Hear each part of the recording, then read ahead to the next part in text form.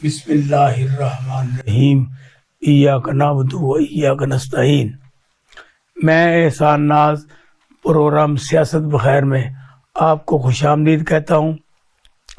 اس وقت مملکت خداداد پاکستان میں ہر طرف یہ شور مچایا جا رہا ہے، اور جو بھی اشخاص لکھنے والے ہیں، پڑھانے والے ہیں، اینکر ہیں، دیگر حضرات ہیں، وہ طرح طرح کی بولیاں بول کر یہ بھاشن دینے کی کوشش کر رہے ہیں کہ نواز شریف کی آمد کے بعد اب عمران خان کو پاکستان سے نکالا جائے گا اور انہیں ہر حال میں پرائے دیش میں بھیجا جائے گا۔ یہ باتیں ساری ایسی چل رہی ہیں جن کا نہ سر ہے نہ پاؤں ہے، جبکہ تحریک انصاف کے سربراہ جیل میں رہ کر بھی جب اپنے وکلا سے ملتے ہیں تو ان کا حوصلہ، ان کا عزم جوان ہے کہ میرا جینا مرنا پاکستان کے ساتھ ہے، میں پاکستان میں ہی رہوں گا۔ یہ نو دولتی جتنی مرضی باتیں پھیلا لیں کہ میں باہر جا رہا ہوں، میں بھاگنے والا نہیں ہوں، میں ڈرنے والا نہیں ہوں، میں ڈٹ کر جیل میں بھی رہ رہا ہوں اور جیل میں رہ کر بھی ان کا مقابلہ کروں گا۔ یہ مجھ سے خوف زدہ ہیں جیل میں رہ کر بھی، تو میں انہیں یقین دلاتا ہوں کہ انشاءاللہ العزیز جب بھی پاکستان میں الیکشن ہوں گے، پاکستان کے عوام اپنی پرچی کی ذریعے آپ کو برچھی ماریں گے اور آپ کو تہہ دے کر دیں گے۔ آپ ڈرتے ہیں تو صرف میری طاقت سے اور میرے ووٹر سے ڈرتے ہیں۔ اسی طرح مولانا فضل الرحمان جو ہیں وہ بھی اب بار بار مختلف باتیں کر رہے ہیں جو کہ پہلے ان کے الہی تھے، اب ان کی مخالفت کر۔ پیپلز پارٹی نے تو بالکل ان کے ساتھ اڈا لگا لیا ہے، اور یہ کہتے ہیں کہ یہ الیکشن کا اعلان نہیں کرتے، وہ کہتے ہیں ہم الیکشن اپنی مرضی سے کرانا چاہتے ہیں۔ ابھی تو میاں نواز شریف صاحب آئے ہیں، ان کو 2 4 6 مہینے سال تو چاہیے نا اپنے آپ کو سیدھا کرنے کے لیے، تاکہ عمران خان کا ووٹ ان کو پڑ سکے۔ لیکن میں جناب میاں محمد نواز شریف، آپ پاکستان کے 3 دفعہ وزیر اعظم رہے ہیں، اور یہ قوم نے آپ پہ احسان کیا ہے کہ انہوں نے آپ کو 3 دفعہ وزیر اعظم بنایا ہے، لیکن اب یہ 4تھی دفعہ وزیر اعظم بننے کے لیے آئے ہیں نا، اس میں اب بڑا دال میں کالا ہے، بڑے آپ کو معاہدے ہیں، بڑی آپ کی باتیں ہیں جس کی بنیاد پر آپ پاکستان تشریف لائے ہیں، اور آپ نے مینار پاکستان میں اپنی طاقت کا مظاہرہ کر کے دیکھ لیا ہے کہ لوگ آپ کے ساتھ نہیں ہیں۔ اتنے لوگ تو تحریک انصاف کی کارنر میٹنگوں میں اکٹھے ہوتے ہیں، چھوٹے شہروں میں اکٹھے ہوتے ہیں، گلی محلوں میں اکٹھے ہوتے ہیں، جتنے آپ پورے پاکستان سے اکٹھے نہیں کر سکے۔ اب ایک اور بھی وار کیا جا رہا ہے، مختلف اینکر کو آف لوڈ کرنے کی باتیں کی جا رہی ہیں، اور کسی کو کر بھی دیا گیا، کسی کو چھٹی بھی بھیج دیا گیا۔ اب حامد میر کے بارے میں بات کی جا رہی ہے کہ اس کو بھی آف لوڈ کر دیا جائے گا۔ تو دیکھیے حامد میر پہلے بھی آف لوڈ ہوئے ہیں، کئی صحافی اور بھی پہلے آف لوڈ ہوئے ہیں، مجھے بھی کئی دفعہ آف لوڈ کیا گیا، لیکن جب تک ہمارے جسم میں جان ہے اور خون چل رہا ہے، ہم انشاءاللہ حق کی بات کہتے رہیں گے اور حق کی بات عوام کو سناتے رہیں گے، اور یہی ہمارا سب سے عام جو سلیقہ ہے، طریقہ ہے، جو شعار ہے، وہ یہی ہے کہ عوام تک سچ بات کو پہنچایا جائے۔ اب الیکشن کیوں نہیں ہو رہے؟ الیکشن کی تیاری ہے، الیکشن کی میں بار بار کہتا ہے ہم تیار ہیں، لیکن وہ اب 28 فروری کہہ کر بھی، 28 جنوری کہہ کر بھی پیچھے کو بھی دیکھتا ہے، کبھی آگے دیکھتا ہے میں نے کیا کرنا ہے۔ تو دیکھیے اب اس کا انجام کیا ہوتا ہے۔ آج ہم نے اپنے اسٹوڈیو میں دعوت دی ہے جناب ندیم فاروقی صاحب کے، جو کہ بہت سینئر جرنلسٹ ہیں اور روزنامہ 92 کے سابقہ چیف نیوز ایڈیٹر ہیں، اس کے علاوہ ایکسپریس کے چیف نیوز ایڈیٹر ہے۔ کن کن اخبارات کی میں بات کروں، وہ سب پہ انہوں نے عام عہدوں پر کام کیا۔ تو یہ ہماری آج خوش قسمتی ہے کہ وہ ہمارے اسٹوڈیو میں موجود ہیں۔ میں فاروقی صاحب آپ کو خوش آمدید کہتا ہوں، بہت شکریہ، آپ کی بہت مہربانی، بہت شکریہ۔ بہت شکریہ آپ کی بڑی گہری نگاہ ہے پاکستان کی سیاست پر، کہ پوری دنیا سے جتنی خبریں آتی ہیں وہ آپ کی نگاہ سے گزرتی ہیں، پھر وہ پیسٹ ہوتی ہیں، ہزاروں لگ جاتی ہیں، لاکھوں رہ جاتی ہیں۔ تو میں آپ سے یہ ملتمس ہوں کہ آپ یہ بتائیں کہ پاکستان کے اس وقت جو موجودہ سیاسی صورتحال ہے، کوئی نئے اتحاد آپ کو بنتے نظر آ رہے ہیں؟ دیکھیے پاکستان کی سیاست میں تو کبھی کوئی پیشگوئی نہیں کی جا سکتی، کبھی کوئی پہلے نہیں کہا جا سکتا. اینڈ ٹائم پہ آ کے کل کے اتحادی حریف بن جاتے ہیں، کل کے حریف اتحادی بن جاتے ہیں. پی ڈی ایم کی مثال آپ کے سامنے ہے، گورنمنٹ بنی ہے ان کی، وہ ایک دوسرے کے ساتھ پہلے بھی ان کے اختلاف اتحاد ہوا، پی ڈی ایم بنا، پیپلز پارٹی الگ ہو گئی، پھر پیپلز پارٹی ان کے ساتھ شامل ہوگی گورنمنٹ میں، 16 ماہ اکٹھے رہے ہیں، تو اب پھر ایک دوسرے کے ساتھ تھوڑا بہت ہو رہا ہے. یہ پاکستانی سیاست کا تو چلن ہی یہی ہے، کبھی کل کے اتحادی آج کے حریف بن جاتے ہیں، آج کے حریف کل کے اتحادی ہو جاتے ہیں. تو اس میں تو بھی کوئی کہا نہیں کہا جا سکتا. جب الیکشن کا اعلان ہوگا، کوئی شیڈول فائنل ہوگا، اس کے بعد کوئی صورتحال واضح ہوگی. جیسے کہ یہ طریقے تکمیل پاکستان ہے، طریقہ انصاف، وہ جو خیبر پختونخوا گروپ ہے، آپ ان کو کس طرح مائل دیکھ رہے ہیں؟ یہ کہاں سے آئے ہیں؟ یہ کہاں کس پٹاری نے کھولا ان کو؟ ظاہر ہے جہاں سے وہ پہلے آتے ہیں لوگ وہیں سے آتے ہیں. یہ بھی ان کو کہیں نہ کہیں وہیں سے آتی ہے نا سارے ہمارے. تو وہ پٹاری کا ماسٹر تو ایک ہی ہوتا ہے نا. اچھا، ایک ہی جگہ سے سارے آتے ہیں. تو اب اس میں ظاہر ابھی تک ان کو کتنا کوئی نہیں پاپولیرٹی مل سکی. تو ابھی تو فی الحال تو وہی چل رہا ہے معاملہ، تحریک انصاف ورسز مطلب نون لیگ کہہ لیں، پیپلز پارٹی کہہ لیں، یہی ہے. اور تو فی الحال کے پی اور بلوچستان میں مولانا فضل الرحمان کی پارٹی انہوں نے ہے. بھی جلسہ کیا نوشہرہ میں، انہوں نے بھی کل جانے میں جلسہ وہ کیا. تو جلسہ پھر وہ کیا تھا جلسہ انہوں نے طریق استحکام نہیں، وہ جو پی ٹی آئی نظریاتی بنی ہے پرویز خٹک والی، اس نے نوشہرہ میں کیا تھا، کل انہوں نے ادھر کیا. ہاں وہ نظریاتی، وہ جلسے میں پچھلے میں پوچھا تھا نا کہ جناب وہ کرسیاں خالی ہیں، تو انہوں نے کہا نو کمنٹ. تو اب ظاہر ابھی تو ان کی صورتحال یہ ہے. تو نوشہرہ ویسے بھی ان کا پرویز خٹک کا ہوم گراؤنڈ ہے، اس میں تو کچھ نہ کچھ ظاہر انہوں نے وہ گیدرنگ کر ہی لینی تھی. تو میرا نہیں خیال کہ پرویز خٹک کو اتنا اس میں کوئی ڈینٹ پی ٹی آئی کو ڈال سکیں گے فی الحال.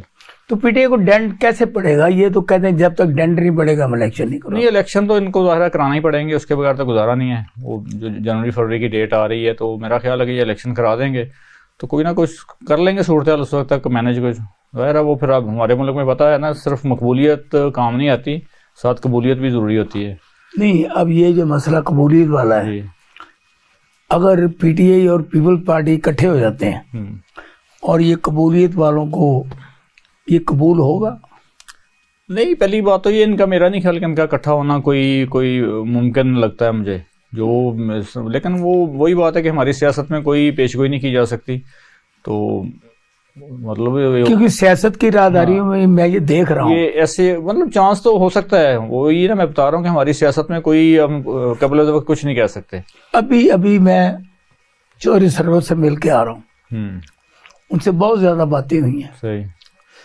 تو ان کا بھی امپریشن یہی ہے، اور انہوں نے یہ کہا کہ عمران خان کو میں نے پہلے بھی کہا تھا ہم دونوں کے ساتھ لڑائی نہ لڑیں، ایک کے ساتھ لڑیں تو اس سے نتیجہ کو اچھا نکلا. تو واقعی ہوا بھی ایسے ہی. جب چاروں طرف راستے کھول لیے تو وہ بھی بڑے دمدار ستارے تھے، انہوں نے پڑکا کے رکھ دیا. تو اب بھی وہ کہتے ہیں کہ میں تو اب مسلم لیگ کاف میں ہوں، لیکن مجھے جو نظر آ رہا ہے نا وہ ایسے ہے کہ یہ مل جائیں گے. آپ بھی بڑی نگاہ ہے. مطلب اگر تو وہ جو Imran Khan chairman P T I کا موقف رہا ہے دوسری پارٹیوں کے حوالے سے، اگر تو وہ اس موقف کو دیکھا جائے پھر تو ان کا جو نظر نہیں آتا اتحاد ہونا ممکن. لیکن وہ سیاست وہی ہے نا کہ سیاست میں آپ مجھے بتائیں پیپل پارٹی اور نون لیگ کا اتحاد کہیں نظر آتا تھا آپ کو؟ لیکن وہ دونوں کی بات یہ ہے کہ اتحاد ان کا مساق جمہوریت ہوا، کافی عرصے سے ان کے معاملہ ٹھیک تھے، ان کے گورنمنٹ انہوں نے اکٹھی کی ہے. مطلب وہ اس طرح سے اتنے زیادہ اوپر اتنی ہائی پیک پہ جا کے ان کے نہیں تھے. یہ فضل الرحمان اور جو اسد کیسر اور اپنے کچھ اور لوگ ملے ہیں اپنے مولانا فضل الرحمان سے، یہ کیا کہانی اندر کی کوئی بات پتہ چلا؟ نہیں، وہ تو ظاہر کہتے ہیں ہم تعزیت کے لیے گئے تھے، تو مولانا فضل الرحمان نے جلسے میں کہا جی این آر او لینے آئے تھے، تو میں نے انکار کر دیا. تو اب ظاہر ہے وہ ان کے ویسے تو پی ٹی آئی میں اتنا رواج نہیں ہے کہیں تعزیت وغیرہ پہ جانے کا. تو اب کچھ نہ کچھ تو ہوگا نا، وہ اس کے کسی مقصد کے لیے گئے ہوں گے کہ مولانا سے کوئی مدد لیں، کہ اپنی تھوڑی. مولانا تو پھر اڑا کے رکھ دیا. مولانا نے تو پھر جلسے میں کہہ دیا کہ میں تو این آر او آپ کو فوٹو نہیں جاری کرنی چاہیے تھی. ہاں، وہ ویڈیو نہیں جاری کرنی چاہیے تھی. وہ پھر امامت میں نماز بھی پڑھ لی انہوں نے. اس میں پھر دال میں کالا تو ہے نا، کچھ نہ کچھ ہے. تو یہ عوام کو کیا تاثر دے رہے ہیں؟ یہی مجھے یہ بتایا نا کہ عوام جو کہ ان کی ووٹر ہیں، سپورٹر ہیں، اور وہ کہتے ہیں انہی سے ہم نے آنا ہے اقتدار میں، تو ان کو کیا میسج دے رہے ہیں؟ کیونکہ بھوک، مہنگائی، پریشانی، خودکشیاں یہ ہمارے گلے پڑی ہوئی ہیں. میسج یہی دے رہے ہیں کہ ہم بس سیاست کر رہے ہیں، باقی سب عوام کی خیر ہے، ہم صرف سیاست کریں گے. کوئی عوام کی بھلائی کا کام تو اس کا آفٹر رزلٹ کی ریولیوشن بلڈ شیڈ نہیں، یا کچھ اور ہو سکتا وہ میرا نہیں خیال کہ اس خطے کی یہ روایت ہے کہ یہاں پہ انقلاب آئے یا خون ریزی ہو، اس خطے کی یہ روایت نہیں ہے. یہاں پہ انقلاب آنا بہت مشکل ہے. اچھا مجھے آپ یہ بتائیں کہ پاکستان میں جب بھی الیکشن ہوتے ہیں ہارنے والا کہتا ہے یہ دھاندلی ہو گئی، ایسے ہی لیکن یہ پچھلے الیکشن میں جیتنے والے بھی یہ کہہ رہے ہیں دھاندلی ہو گئی. تو آپ مجھے یہ بتائیں کہ اب جو نیکسٹ الیکشن ہوں گے کوئی نیا کوئی میکنزم اپنایا جائے کہ ہارنے والا یہ نہ کہے کہ دھاندلی ہوئی ہے. آپ کے دن اس میں کوئی ایسا آلہ ہے جس کو آزمایا جائے؟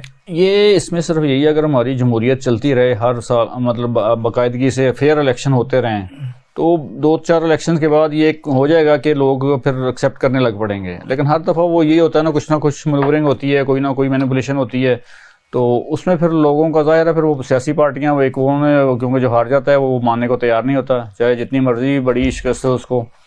تو مطلب وہ اب جب نواز شریف کو 2 اکثریت ملی تھی اس میں کتنی کی دھاندلی ہو گئی ہوگی، وہ پھر بھی اس میں بھی یہی تھا کہ نہیں جی وہ دھاندلی ہوئی ہے، سارا کچھ دھاندلی سے ہوا. ٹھیک، اس میں کوئی کسی حد تک ہوتا ہے، لیکن وہ باقی یہاں پہ کلچر نہیں ہے کہ اپنے جب بھی الیکشن ہوتے ہیں اور جتنے بھی الیکشن ہوئے ہیں ان میں آپ کے دن میں فری اینڈ فیئر کتنے الیکشن ہوئے ہیں؟ کسی ایک کو کسی نے تسلیم ہی نہیں کیا، تو فری اینڈ فیئر ہم کیسے کہتے ہیں؟ پھر کون سا الیکشن تسلیم کیا تھا؟ 70 کا الیکشن، 70 کا کہتے ہیں الیکشن بہت فری فیئر تھا، لیکن اس کو پیپل پارٹی نے تسلیم نہیں کیا. نہیں، ملک 2 ٹکڑے ہو گئے، ملک 2 ٹکڑے ہو گیا، اس کے الیکشن کے نتیجے میں ملک 2 ٹکڑے ہو گیا. تو اس کو تسلیم تو اس کو بھی کسی نے نہیں کیا، انہوں نے بھی کہا جی وہ وہاں پہ دھاندلی ہوئی ہے، انہوں نے کہا ادھر دھاندلی ہوئی ہے، تو اس وقت بھی دھاندلی کے الزامات تو لگے تھے. یہ مسئلہ یہ ہے کہ الیکشن کون کراتا ہے؟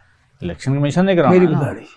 لیکن امبریلا کس کا ہوتا ہے؟ ظاہر ہے تقسیم کر کہ یعنی میں اس وقت بتا سکتا ہوں کہ آئندہ الیکشن میں رزلٹ کیا ہوں گے، اس رزلٹ کو پتا ہے رزلٹ کا. تو پھر فائدہ اس کہتے ہیں نا ابھی الیکشن کی ڈیٹ کا نہیں پتا لیکن رزلٹ کا سب کو پتا ہے، کیونکہ اب دیکھو رزلٹ کیا آنا ہے. کہ میں نے پچھلے 2018 کے الیکشن جی میں نے وہ اتنا 24 جولائی کو غالباً 25 جولائی کو، تو میں نے 3 دن پہلے رزلٹ چھاپ دیا. تو زیاد شاید مرحوم اللہ ان کو غریب کرامت کرے، تو انہوں نے مجھے بلایا، انہوں نے کہا احسان صاحب یہ پھر الیکشن کرانے نہیں چاہیے.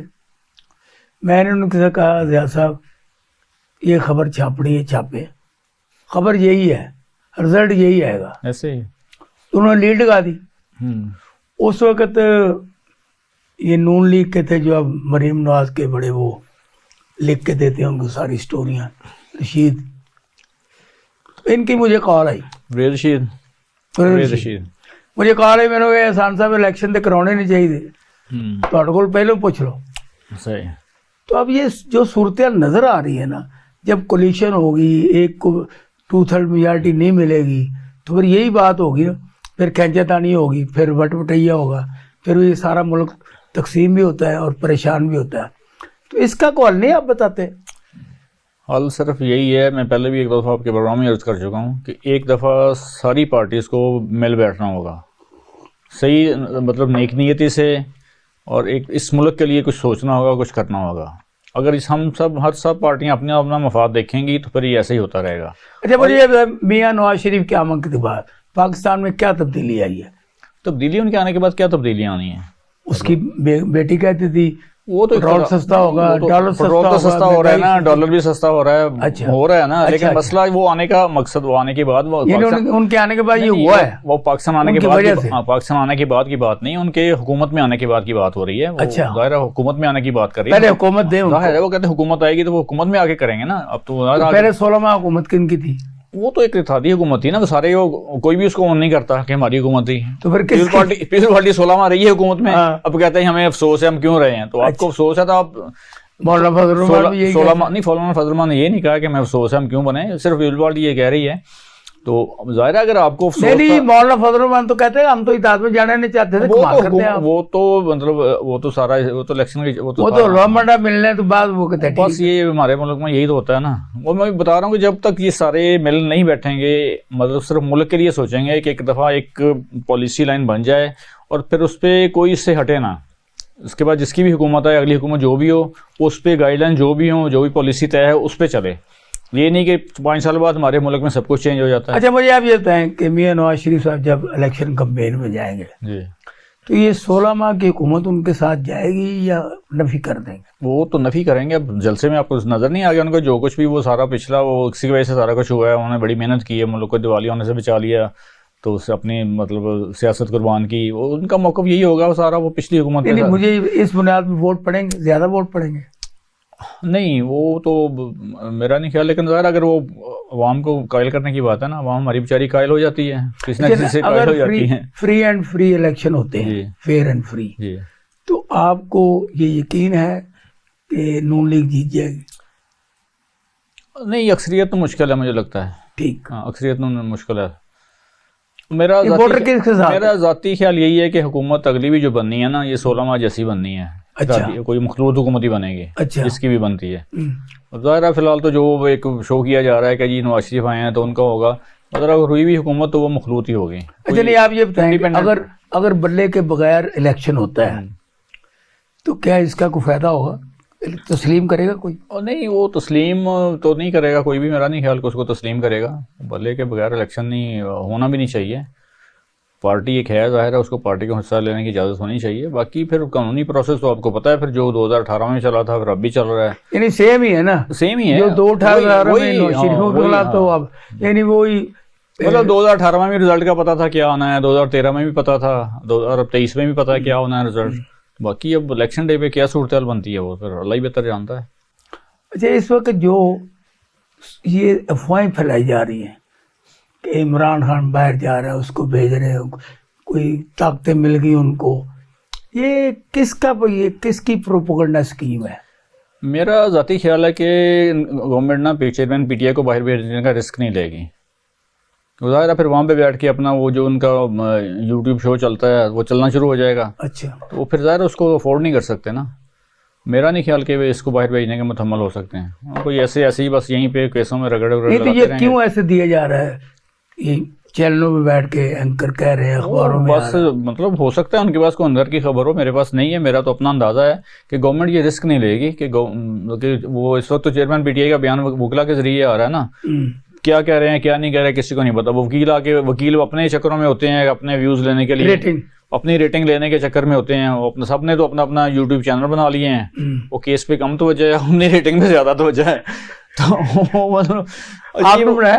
نہیں میں نے نہیں بنایا, میں نے سوچا تھا, لیکن مطلب یہ حالات دیکھ کے میں نے بنایا نا آپ نے بنایا, مطلب صرف وہ ریٹنگ کا چکر ہے. کو پتا ہے عمران خان کے نام سے ریٹنگ آتی ہے فی الحال, تو ریٹنگ تو آتی نہیں, ریٹنگ آتی ہے. وہ ظاہر ہے ایسے تو نہیں لوگ کروڑ پتی ارب پتی ہو گئے, ریٹنگ آتی ہے چاہے جو بھی. اچھا مجھے آپ یہ ہمارے جو نگران وزیر اعظم ہیں جی, یہ اپنے مینڈیٹ کے مطابق نگران وزیر کر رہے ہیں یا کہ یہ بھی ہیرا پھیری کر رہے ہیں؟ نہیں, جو ان کو کہا جا رہا ہے وہ کر رہے ہیں.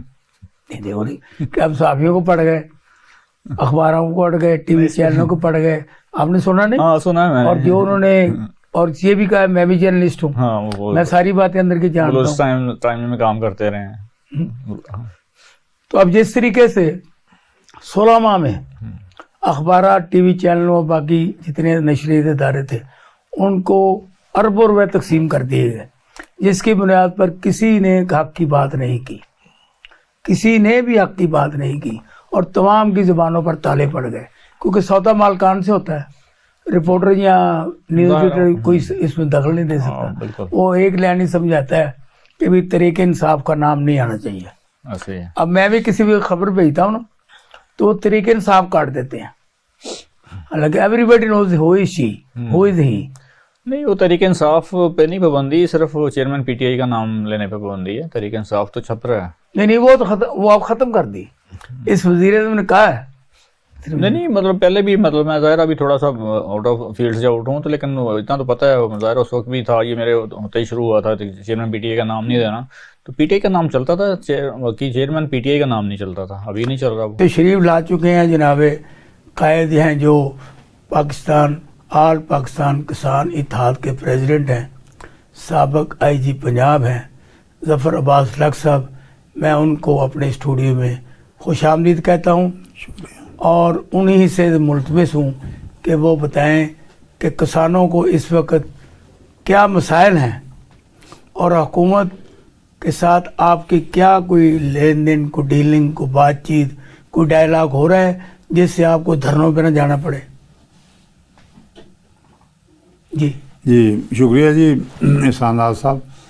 دیکھیں جی، جو کسان کا پرابلم ہے اور گورنمنٹ کے ڈپارٹمنٹ سے متعلقہ بہت گیپ ہے، پرابلم بہت زیادہ ہیں، اور ڈپارٹمنٹس کی ورکنگ جو ہے وہ بالکل ان کے لیول کی نہیں ہے جو ان کو حل نہیں کر رہی. تو اسی لیے کہ میں خود کسان ہوں تو میں نے یہ سوچا کہ ہم گورنمنٹ سے مل کے، گورنمنٹ کے جو مین فنکشنز ہیں، بیوروکریسی ہے، چیف منسٹر صاحب ہیں، مین پلر جو ہے یہاں مطلب بیوروکریسی کے تو 5-6 محکمے لگتے ہیں جی. وہ 5-6 محکموں کے سیکرٹریز ہیں، ان کے منسٹرز ہیں، چیف منسٹر صاحب ہیں، کیونکہ 18th امینڈمنٹ میں ایگریکلچر آپ تو ان سے آپ کی میل ملاقات ہو رہی ہے؟ ان سے اب مل رہے ہیں جی ابھی، لیکن پرابلم بہت زیادہ ہیں ابھی، کیونکہ محکموں کو عادت نہیں ہے بڑے ڈیسیژن لینے کی. ٹھیک. اور سیکرٹری صاحبان کے لیول تک خاص طور پہ وہ وہی بیوروکریٹک سٹائل ہے جو نیچے سے آیا اس کو جمع تفریح کر کے رکھ دیا. اور یہ بدقسمتی سے یہ جو ڈپارٹمنٹ ایگریکلچر کے متعلق ہیں جی، اس میں مثلا ایگریکلچر ہے، اس میں اریگیشن آ جاتی ہے، لائف سٹاک ہے، فشریز ہے، اریگیشن ہے آپ کا. حیدری صاحب ان کو پانی کا گلاس دے جاؤ، یار ایک بندہ پوتر ہے، بیٹے تم اٹھا کے اپنا ایک گلاس پانی کا لے آؤ، مہربانی آپ کی، ایک بندہ آیا باہر سے اس کو پانی میں پلا سکتے آپ. چلو جاری کو جی جی بولے، تو یہ کٹ کر دینا. نہیں، وہ مطلب ہے یہ سارے ڈپارٹمنٹس کا جو ایک مربوط کوآرڈینیٹڈ ایفرٹس کوئی نہیں ہے. جب تک وہ نہ ہو کسان کا مسئلہ حل نہیں ہوتا. ٹھیک. اور جو بڑے بڑے مسئلے ہیں جی، مسئلہ کوئی ایک نہیں ہے. مثلا دیکھ رہے ہیں جی، کھاد کے جو قیمتیں ہیں، جو ان پٹس ہیں مین، اس میں پانی ہے، کھاد ہے اور بیج ہے. یہ 3 چیزیں مین ہیں جی جن پہ خرچ ہوتا ہے. باقی اسپرے آ جاتا ہے، پیسٹیسائڈ وہ بھی چلتا ہے. اب یہ ہے کہ یہ تینوں چیزوں کی قیمتیں کوئی اسٹیبل نہیں ہیں، آپ اس کا بجٹ نہیں بنا سکتے. وہ جب سوئنگ سیزن آئے گا بہت بڑھ جائیں گی.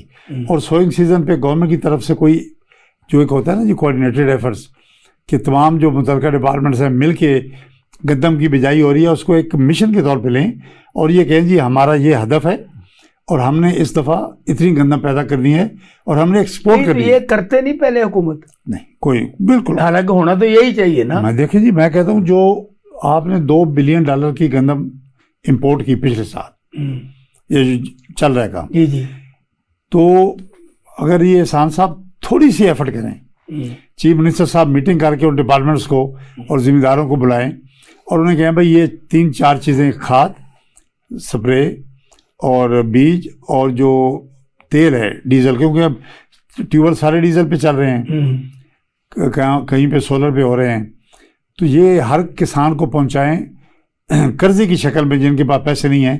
جب گندم گورنمنٹ خریدتی ہے تو وہ گندم کی شکل میں واپس لے لے. ٹھیک. یہ ایک بڑا آسان طریقہ ہے. تو اس سے کیا ہوگا کہ آپ کی گندم کی پیداوار 20% بڑھ جائے گی.